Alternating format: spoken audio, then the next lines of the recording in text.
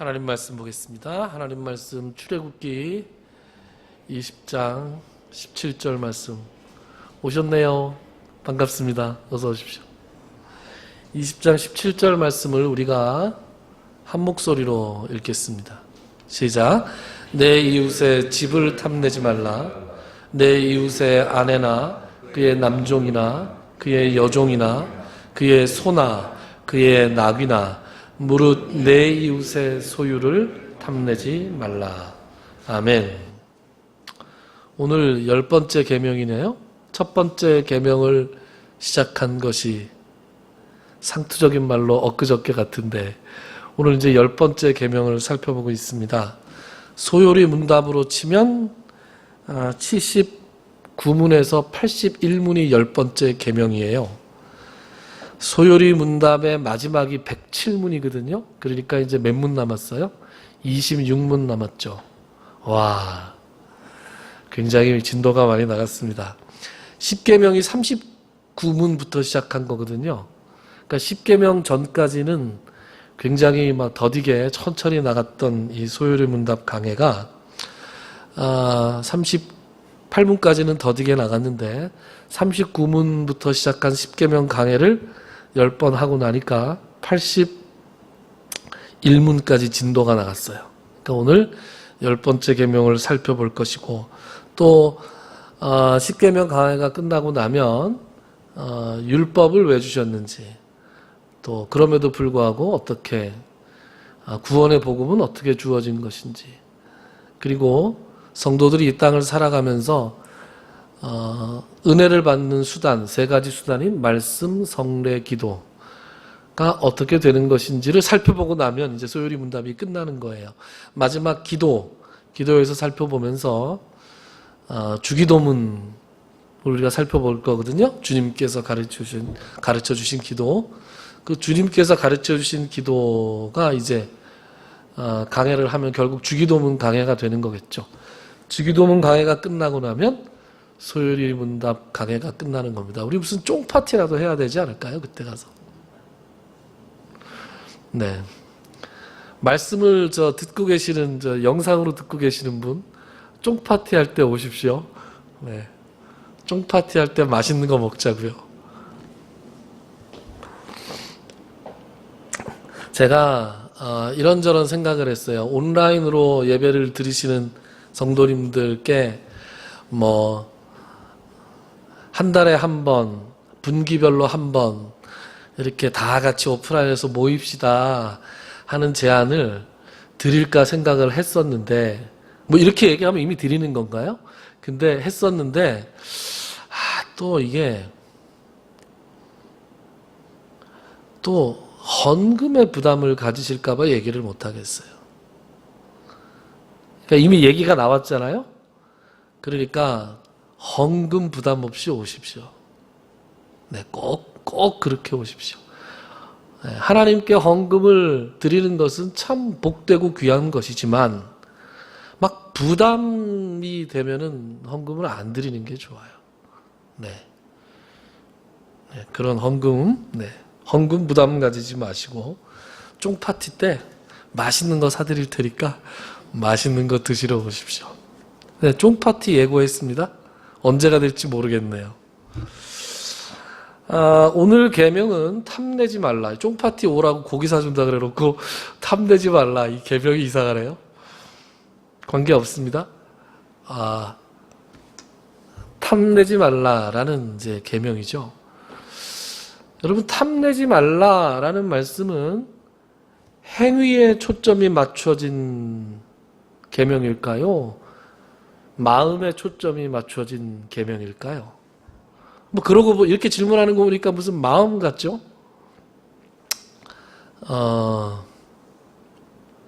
5계명부터 1계명부터 4계명까지는 하나님을 우리가 어떻게 사랑할까? 또 5계명부터 10계명까지는 우리가 이웃을 어떻게 내 몸같이 사랑할까라는 주제라 그랬잖아요. 그런데 5계명부터 우리가 다시 돌아보면 5계명이 뭐였습니까? 내 부모를 공경하라. 그 다음에 살인하지 말라, 간음하지 말라, 도둑질하지 말라. 그리고 지난 시간에 했던 것이 거짓 증거하지 말라. 이렇게 됐었잖아요. 다 뭐에 초점이 맞춰져 있어요? 어떤 특정한 행동에 초점이 맞춰져 있는데 10계명은 10번째 계명은 마음 쪽에 초점이 맞추어져 있는 것처럼 보이죠?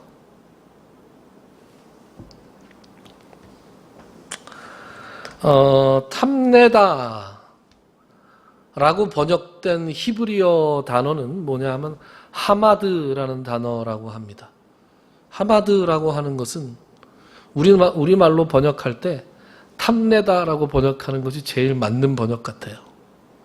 그러니까 탐내다라는 이 우리말 단어하고 거의 뜻의 차이가 없는 것 같은데 이 탐내다라는 말을 국어사전에서 찾아보면 어떤 뜻으로 나오느냐? 가지거나 차지하고 싶어한다. 뭐 이런 뜻이에요. 그러면 가지거나 차지하고 싶어 하기만 하고 행동으로 옮기지 않으면 어떻게 되는 거예요? 문제가 되는 겁니까? 실제로 성경에는 하마드, 탐내다 라는 동사와 이 라카흐라는 동사가 나란히 쓰여져 있는 것을 많이 볼 수 있는데 이 라카흐라는 동사의 뜻은 취하다라는 뜻이래요. 그러니까 탐하다라는 말과 가지다라는 말이 세트로 많이 나온다는 거죠. 근데 그렇게 보면 우리가 탐하게 되면 결국 취하게 된다. 대표적으로 창세기 3장에 보면 이런 말씀이 나옵니다. 창세기 3장 같이 읽어볼까요? 시작. 여자가 그 나무를 본즉 먹음직도 하고 보암직도 하고 지혜롭게 할 만큼 탐스럽기도 한 나무인지라. 여자가 그 열매를 따먹고 자기와 함께 있는 남편에게도 주매 그도 먹은지라. 그리고 유명한 장면이죠. 선악을 알게 하는 열매를 따먹는 장면이에요. 여기에서 탐스럽기도 한 나무다. 이 탐스럽다가 뭐예요? 하마드예요. 탐내다.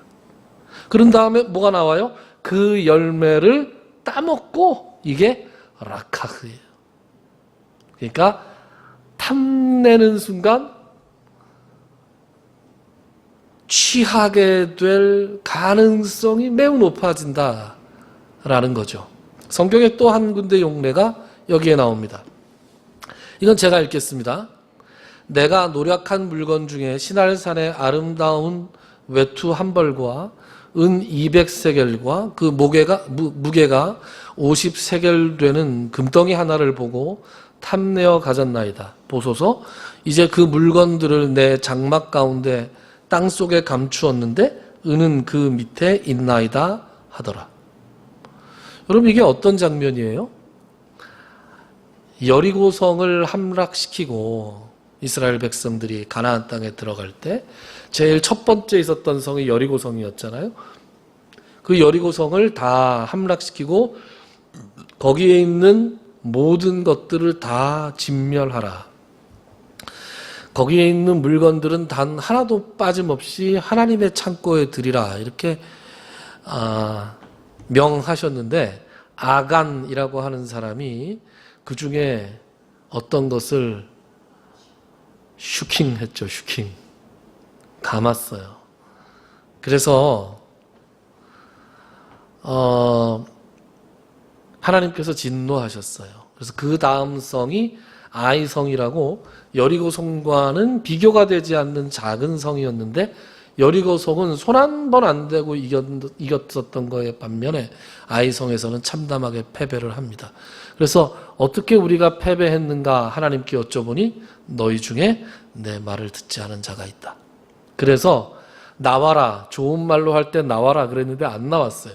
그래서 제비를 뽑다 보니까 아간이라는 사람이 나왔고 제비가 자기 손에 딱 들려있자 이 아간이 실토를 합니다. 그 실토한 것이 여호수아 7장 21절 제가 지금 읽은 이 말씀이에요. 거기에서 50세겔 되는 금덩이 하나를 보고 그랬어요. 뭐 앞에 것들도 있는데 여러분 1세겔은 당시 고대에 쓰던 무게의 단위인데 1세겔을 요즘으로 치면 세돈쯤 된대요. 세돈. 그럼 50세겔이면 150돈이잖아요. 150돈이면 15냥? 맞나요? 한 냥이 10돈이죠. 그러면 15냥이면 남자들 그 팔찌 할 때 몇 냥짜리 보통 해요? 제가 몇 냥짜리 하는지 본 적이 없어서 해본 적도 없고 그래서 인터넷을 검색했더니 어떤 유튜브에 금은방 하시는 분이 남자들 팔찌 30냥은 해야죠. 이렇게 얘기를 하더라고요. 그래서 10냥짜리, 20냥짜리, 30냥짜리를 걸쳐서 보는데 역시 큰 게 보기가 좋더군요. 30냥이면 여러분 요새 금 시세로 얼마입니까? 1,000만 원이 훨씬 넘어가는 거죠. 네. 근데 그런 거 보면 15냥이면 500만 원 좀 넘어가는 거죠? 뭐 하여튼 그 정도 되는 금덩이를 보고 어떻게 했다고요? 탐내어 하마드 가졌습니다. 라카라는 동사가 나왔다는 얘기죠. 그러니까 탐내는 것과 가지는 것이 보통은 한 세트다. 그런 얘기죠.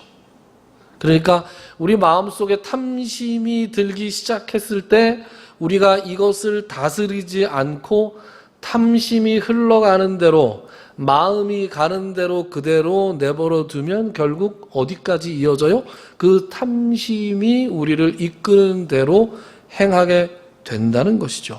범죄하는 자리까지 나아갑니다. 우리가 지난 시간에 살펴보았던 나봇의 포도원 사건이 그랬잖아요. 아합이 그 포도원을 탐내는 것부터 결국은 끔찍한 범죄를 저지르고 자기도 멸망의 길로 가는 것이죠. 다윗이 밧세바를 범하는 사건이 그렇잖아요. 처음에 이 옥상에 지붕 위에 왕궁의 지붕 위에 올라가서 예루살렘 도성을 쓱 보다가 웬 여자가 목욕하는 것을 보고 탐심이 생기기 시작한 거죠. 그래서 그러고 얼른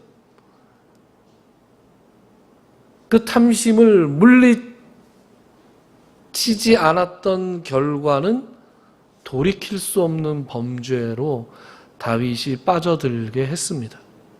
예수님께서는 그래서 그런 말씀을 하시죠. 삼가 모든 탐심을 어떻게 해요? 물리쳐라. 삼가 모든 탐심을 물리쳐라. 사람의 생명이 그 소유에 넉넉한 데 있지 아니하리라. 그렇게 말씀하고 있는 것이죠. 자, 그런데 애초에 제가 이렇게 여쭤봤잖아요. 탐내기만 하고 행동에 안 옮기면 어떻게 되냐? 문제가 되냐? 문제가 된다는 거예요. 탐내기만 해도 문제가 된다는 겁니다. 생각이 막 싹 들락말락 끓을 때 탁 물리치고 모르겠는데 탐심을 자꾸 가지고 있으면 이게 문제가 됩니다. 왜 문제가 되느냐? 여러분, 우리가 탐내는 대상이 보통 어떤 대상입니까? 우리는 시간적으로, 공간적으로 또 이 심정적으로 멀리 있는 존재의 것을 탐내지 않습니다. 이게 무슨 말이냐? 지난 세대의 사람들을 그 사람들이 가진 것을 우리가 탐내지 않습니다. 지구 반대편에 있는 무슨 빌 게이츠, 뭐 인도에 있는 부자, 이런 사람들 하나도 부럽지 않아요. 느낌이 오지 않습니다. 심지어 심정적으로 같은 한국에 살아도 너무 부유하신 사람들이 있잖아요. 무슨 재벌 그룹의 무슨 이런 사람들. 그런 사람들의 가진 것이 탐납니까? 느낌이 없지 않습니까? 아무런 느낌이 안 와요. 누구께 탐이 나느냐? 바로 옆에 있는 사람께 탐이 나게 돼 있죠. 그렇지 않습니까? 옆집 사는 사람, 나하고 같은 학교 나온 사람, 나하고 같은 직업을 가진 사람, 나하고 비슷한 사람들께, 나하고 늘 부딪히는 사람들의 것이 탐나는 법이죠. 여러분, 저는 제 이름으로 된 땅이 하나도 없어요. 차명으로 된 땅도 있을 리가 없죠. 여러분들 중에서 땅 있는 분 있습니까? 부럽습니다. 어쨌든 제 이름으로 된 땅이 하나도 없는데 세상에 있는 모든 땅은 다 주인이 있잖아요. 그 중에서는 땅을 몇만 평, 몇십만 평, 막 어마어마한 땅을 가지신 분들이 있잖아요. 그분들이 땅을 가진 거에 대해서 저는 아무런 느낌이 없습니다. 그런데 누가 땅을 사면 배가 아픈 거예요? 사촌이 땅을 사야 배가 아픈 거예요. 네? 그런 거잖아요. 나하고 가까운 사람. 그래서 오늘 그 10번째 계명은 그냥 탐내지 말라가 아니에요. 뭘 탐내지 말라 그러는 거예요? 내 이웃의 소유를 탐내지 말라고요. 그러니까 탐심 자체도 문제지만 특별히 그 대상이 내 이웃이 가진 거예요. 여러분, 10계명의 핵심은 사랑이라고 제가 말씀을 드리면서 10계명 강해를 시작했잖아요.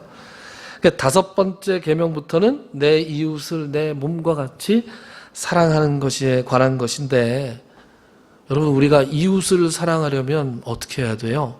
이웃이 가진 것을 인정할 수 있어야 됩니다. 그 이웃이 가진 것을 탐내서는 사랑할 수가 없겠죠. 탐내는 순간에 제일 불행해지는 건 1번이 내가 불행해집니다. 그리고 관계가 불행해지고요. 그래서 결국은 모두가 다 불행해지죠. 왜 이웃이 가진 걸 탐내게 되면 이렇게 다들 불행해지는데 왜 이웃이 가진 걸 탐내게 될까요? 그것은 사람 마음속에 이 죄악된 사람의 마음의 본성 중에서 이 비교하는 본성이 있어서 그렇습니다. 이 비교하는 게 모든 불행의 씨앗 중에 하나입니다. 이 비교하는 순간에 내가 가진 것이 초라해 보이고 다른 사람이 가진 것이 좋아 보이고 그렇게 되는 것이죠.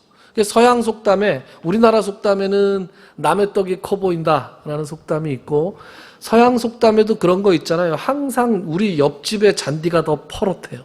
우리 집 잔디보다 옆집 잔디가 더 퍼렇다. 이런 속담이 있죠. 이게 동서고금을 막론하고 이 비교해서 남의 것을 더 부러워하는 심리는 사람한테 다 있는 거죠. 근데 그것이 우리의 불행을 싹트게 하고 남의 것을 탐내게 하는 시발점이 된다.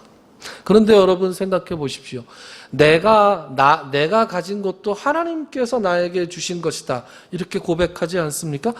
나에게 하나님께서 주신 이 것들을 내가 초라하게 생각하면 어떻게 하자는 거예요?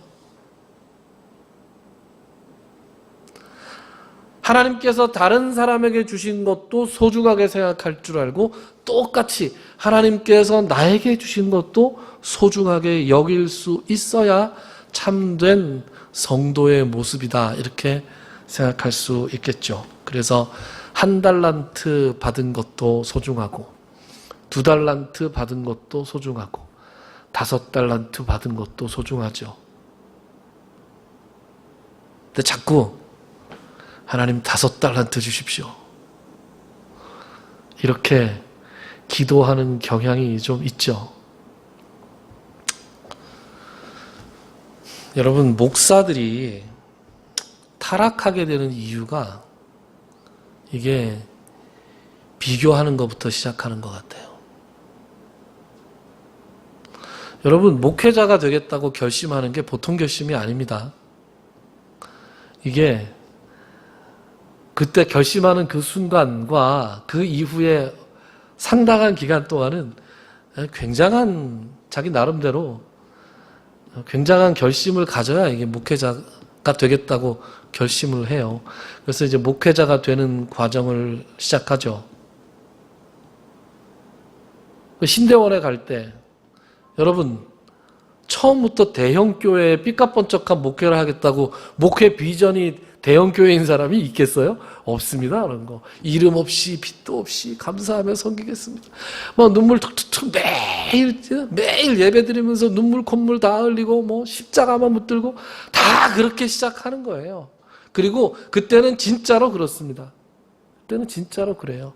전도사 시절 또 처음 목사 안수 받고 다들 그래요. 그리고 다 주변에 봐도 다 그런 친구들이고 다 그런 선후배이기 때문에 다 비슷비슷해요. 그런데 이게 말이죠. 10년 목사 안수 받고 10년 20년 지나잖아요. 그러면 이게 이제 차이가 나기 시작하는 거예요. 그래서 노회를 딱 가면 어이씨 교인이 점점 더 많아지는 거예요. 저쪽 교인이 많아지고, 뭐, 교인이 몇 명이 늘었다. 또 뭐, 거기 아파트가 들어와서 뭐, 교인이 늘었다더라. 또 무슨 교회를 건축을 했다더라. 교인이 많이 늘어가가지고, 뭐, 그 교인들이 뭐 차를 뭐를 사줬다더라.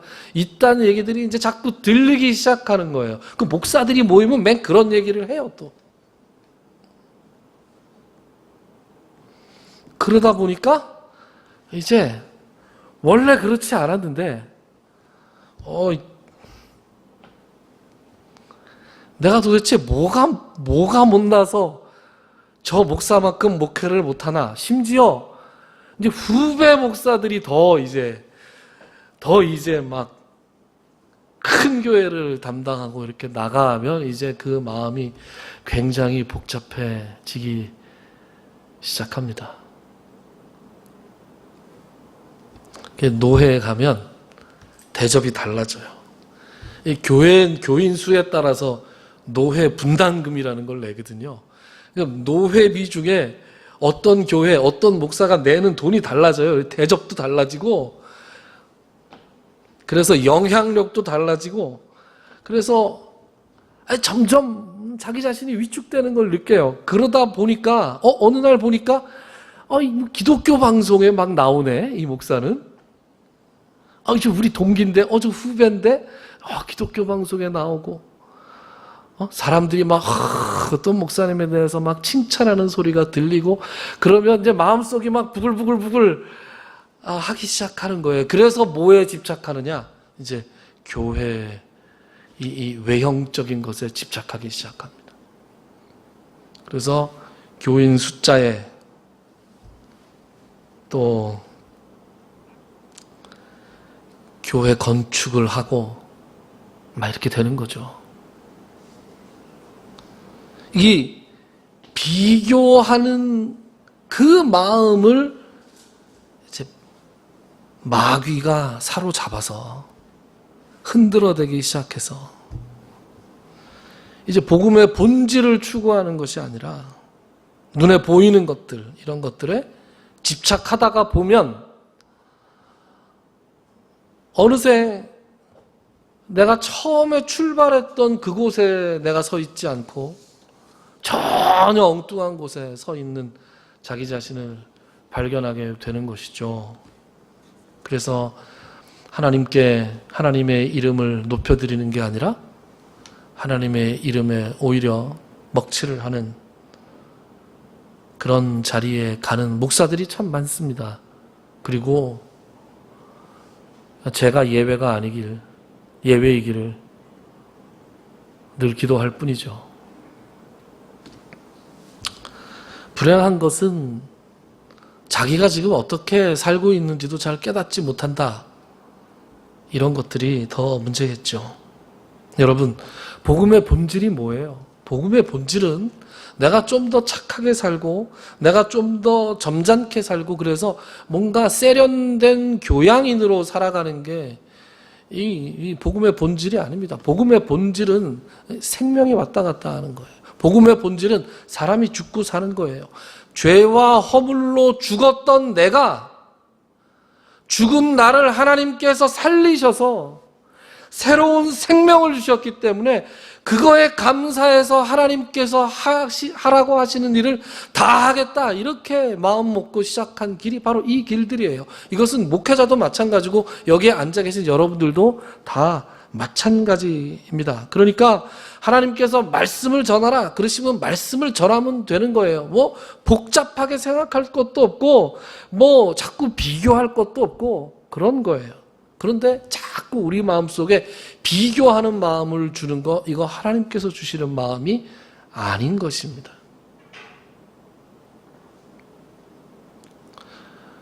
성경에도 이 비교하다가 예수님한테 한 소리 들은 제자가 있죠. 그 제자가 누굽니까? 요한복음에 나오는 사람입니다. 우리 같이 한번 읽어볼까요? 네, 요한복음 21장 17절부터 23절 말씀 우리 같이 한번 읽어볼까요? 졸릴 때가 돼서 이제 한번 읽을 때가 됐습니다. 같이 읽어보죠. 시작. 세 번째 이르시되 요한의 아들 시몬아 내가 나를 사랑하느냐 하시니 주께서 세 번째 내가 나를 사랑하느냐 하심으로 베드로가 근심하여 이르되 주님 모든 것을 아시오매 내가 주님을 사랑하는 줄을 주님께서 아시나이다. 예수께서 이르시되 내 양을 먹이라. 내가 진실로 진실로 내게 이르노니 내가 젊어서는 스스로 띠뛰고 원하는 곳으로 다녔거니와 늙어서는 내 팔을 벌리리니 남이 내게 띠띠우고 원하지 아니하는 곳으로 데려가리라. 이 말씀을 하심은 베드로가 어떠한 죽음으로 하나님께 영광을 돌릴 것을 가리키심이로라. 이 말씀을 하시고 베드로에게 이르시되 나를 따르라 하시니 베드로가 돌이켜 예수께서 사랑하시는 그 제자가 따르는 것을 보니 그는 만찬석에서 예수의 품에 의지하여 주님을 파는 자가 누구오니까 묻던 자더라. 이에 베드로가 그를 보고 예수께 여짜오되 주님 이 사람은 어떻게 되겠사옵나이까? 예수께서 이르시되 내가 올 때까지 그를 머물게 하고자 할지라도 내게 무슨 상관이냐? 너는 나를 따르라 하시더라. 이 말씀이 형제들에게 나아가서 그 제자는 죽지 아니하겠다 하였으나 예수의 말씀은 그가 죽지 않겠다 하신 것이 아니라 내가 올 때까지 그를 머물게 하고자 할지라도 내게 무슨 상관이냐 하신 것이로라. 아멘. 요한복음 21장은 제일 마지막 장이에요. 부활하신 예수님께서 갈릴리로 다 갔던 제자들을 찾아오셔서 마지막으로 시몬, 요한의 아들 시몬 베드로죠. 베드로를 따로 부르셔서 요한의 아들 시몬아 내가 이 사람들보다 나를 사랑하느냐? 주님, 제가 주님을 사랑하는 줄을 주님께서 아시지 않습니까? 이렇게 대답하는 것을 3번 물어보시는 거예요. 학생들한테도 여기 비동사가 들어가는 게 맞아? 1번 동사 들어가는 게 맞아? 비동사요. 비동사 맞아? 맞는데요? 정말 비동사 맞아? 그러면 아닌가? 이렇게 되잖아요. 예? 일반 동사인가? 일반 동사야? 그러면 비동사인가? 당황스럽잖아요. 선생님이 같은 걸 3번 물어본다고 생각해 보세요. 이 쫄리는 거죠, 한마디로. 근데 지금 베드로가 가뜩이나 지은 죄가 있잖아요. 지은 죄가 있잖아요. 예수님이 잡히시던 밤에 제가 죽기까지 제가 결코 예수님을 버리지 않겠습니다. 그랬는데 예수님께서 보시는 데서 나는 그 자를 알지도 못하고 3번 부인하잖아요. 3번 부인했을 때 닭이 우는 소리가 들리고 그때 예수님하고 베드로가 눈이 딱 마주치잖아요. 어떻겠어요? 그때 심정이. 죽고 싶었을 거예요. 근데 죽을 용기도 없어서 갈릴리로 도망을 왔는데 예수님이 부활하셔서 나타나셔서 너 정말 나 사랑해? 3번.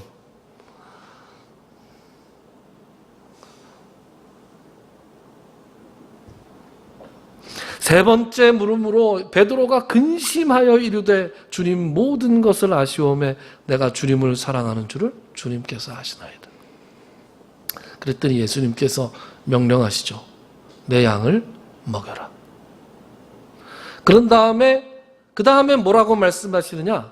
네가 늙어서는 내 팔을 벌릴 것이다 라는 얘기는 이렇게 팔을 벌릴 것이다. 이게 무슨 얘기예요? 십자가에 너도 나처럼 못 박혀서 죽을 것이다.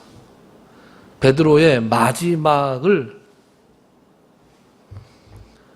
하나님 주님께서 미리 말씀하셨어요. 19절에 그런 말씀이 나오잖아요. 이 말씀을 하시면 베드로가 어떠한 죽음으로 하나님께 영광을 돌릴 것을 가리키신 것이다. 여기까지는 분위기가 참 좋은데 베드로가 말이에요. 베드로는 입이 참 방정이에요. 베드로는 입이 방정이에요. 그런 장면 참 많이 나오잖아요. 베드로. 그래서 너무 사랑스러운 캐릭터예요. 남 같지가 않아요. 그렇지 않습니까? 베드로. 가만히 있으면 되는데 뒤에 보니까 요한이 있는 거예요. 이 요한복음을 쓴 그 요한. 제자들 중에서 가장 어려서 마지막 만찬 자리에서 예수님이 품에 안고 있었던 그 제자예요. 그 제자를 탁 보면서 제가 그렇게 죽을 거면 이 제자는 어떻게 될 건가요? 이렇게 물어봤습니다. 그럼 왜 물어보는 거예요? 그랬더니 예수님께서 뭐라고 말씀하세요? 그게 너하고 무슨 상관이 있는데? 내가 다시 올 때까지 그를 살아있게 한다 하더라도 그게 내게 무슨 상관이냐? 이렇게 말씀하십니다. 근데 베드로가 거기서 찔끔했겠죠. 찔끔해놓고 그래, 내게 상관이 있는 게 아니지. 나는 나에게 맡겨진 사명만 감당하면 되지. 이렇게 생각한 게 아니에요. 23절을 보면 그 말을 듣고 제자들한테 가서 대박 사건. 요한 안 죽는데. 예수님 올 때까지 요한이 안 죽는데. 지금 그랬잖아요. 형제들에게 나가서 그 제자는 죽지 아니하겠다 하였으라. 베드로가 여전히 그거에만 관심이 있는 거예요, 지금. 예수님의 말씀의 초점은 어디에 있어요? 어디에 있어요? 너에게는 아무런 상관이 없다. 거기에 지금 초점이 있는 거예요. 그런데 아직까지 옛사람을 벗어버리지 못한, 아직 성령 받기 전이잖아요, 베드로가. 그러니까 아직도 옛사람에 사로잡혀 있는 이 베드로는 예수님의 다른 말씀이 들어오지 않고 나는 죽는데 요한은 살아있을 거래. 이게 귀에 들어오는 겁니다. 여러분, 이게 남의 모습 같지 않지 않습니까?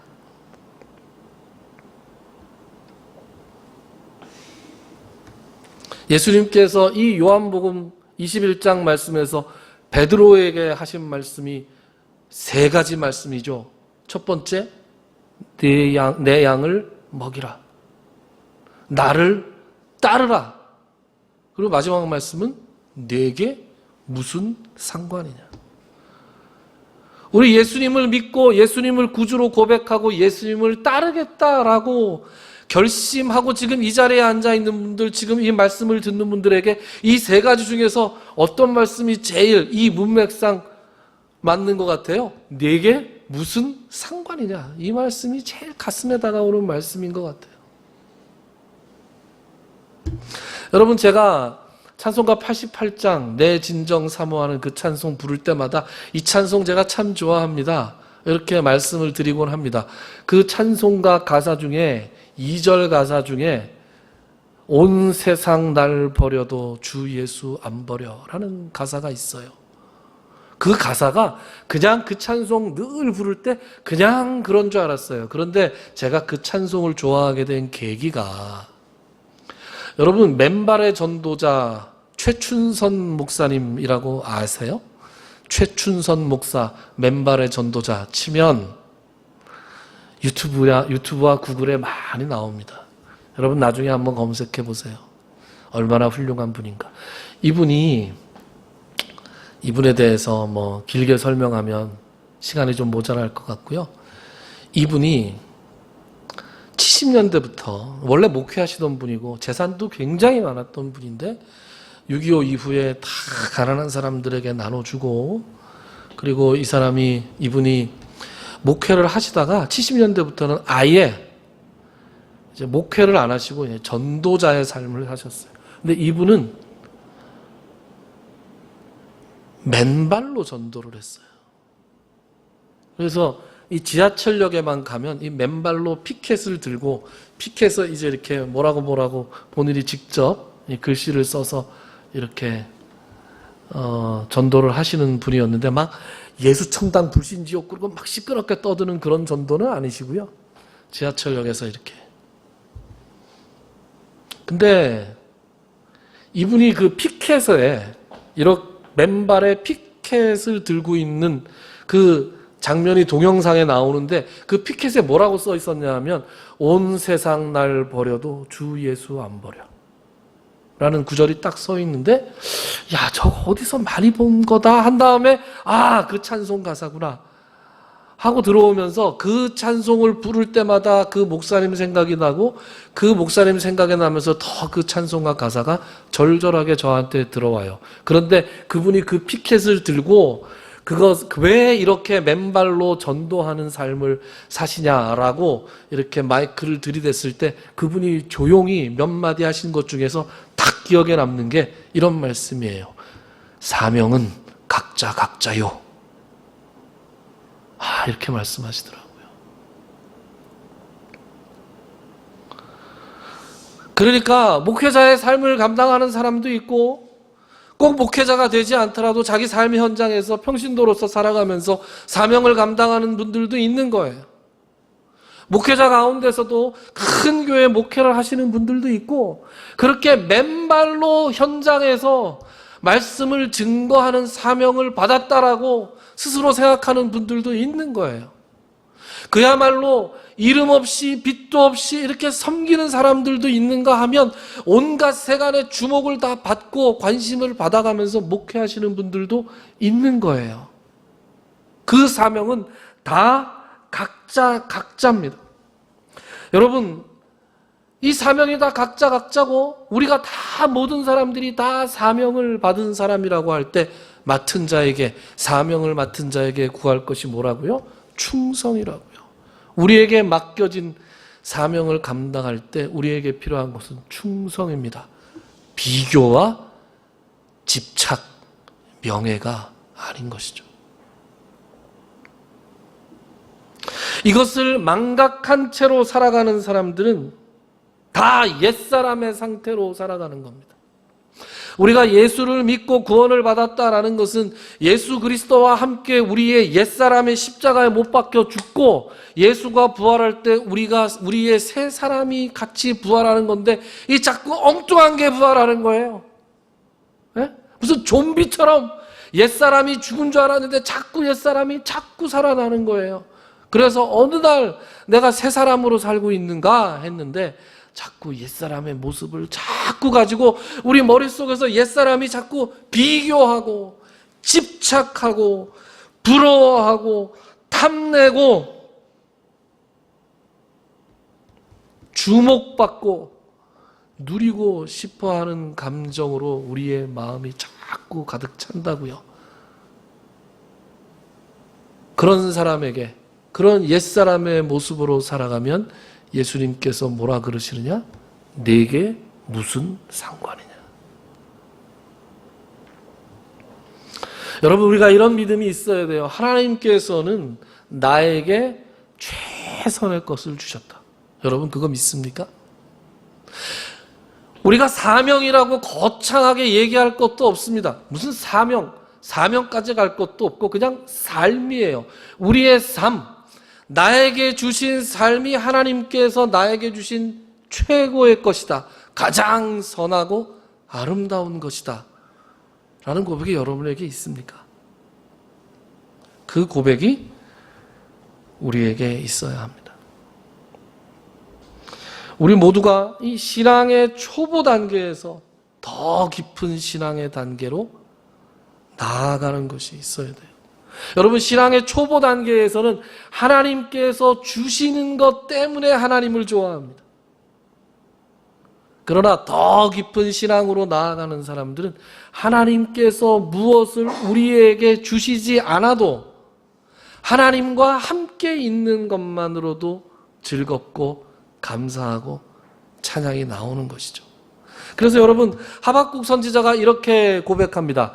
비록 무화과 나무가 무성하지 못하며 포도나무에 열매가 없으며 감람나무에 소출이 없으며 밭에 먹을 것이 없으며 우리의 양이 없으며 외양간에 소가 없을지라도 나는 여호와로 말미암아 즐거워하며 나의 구원의 하나님으로 말미암아 기뻐하리로다.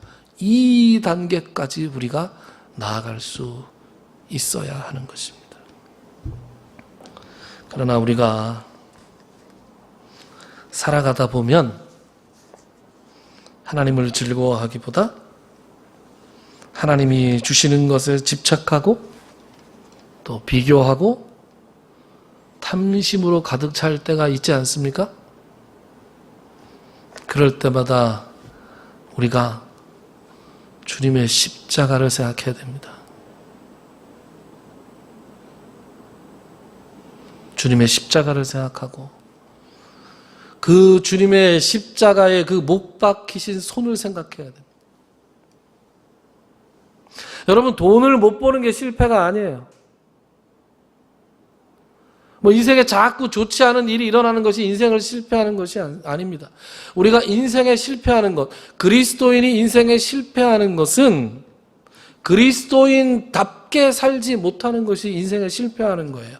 우리가 그리스도인답게 살지 못하고 있다는 생각이 문득 드는 순간 우리가 말씀의 나를 비춰봐서 그리스도인답게 살지 못하고 내가 지금 실패하는 삶을 살고 있구나라고 생각할 때 우리가 뭘 봐야 돼요? 주님의 못 박히신 손을 봐야 됩니다. 그리고 다시 우리의 옛사람을 죽이고 새 사람으로 살아가는 그런 결단을 해야 되는 것이죠. 오늘 이러한